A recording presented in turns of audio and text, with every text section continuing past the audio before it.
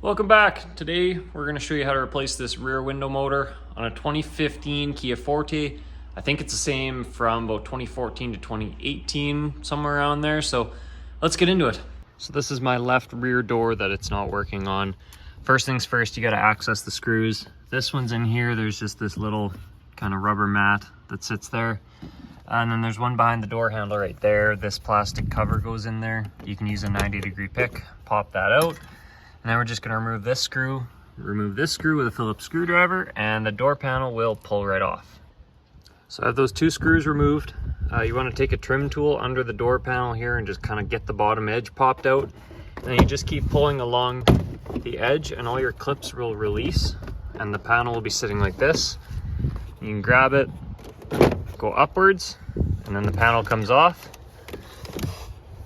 You can let that hang gently, and your window motor's right here. So connector comes off just like that.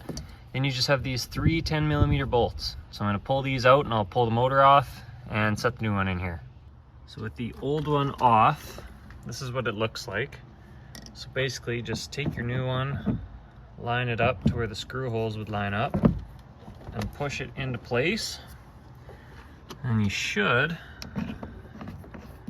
be able to start your bolts and tighten them up, as well as plug it in. So I'm going to tighten these bolts and then we're going to give this a try.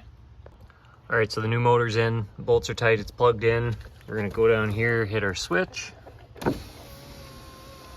and the window works both up and down just fine.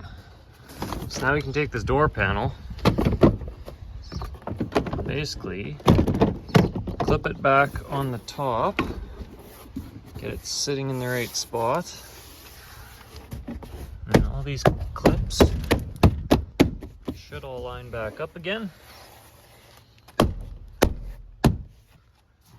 Yeah, throw your two screws in and your trim pieces on, and you're good to go.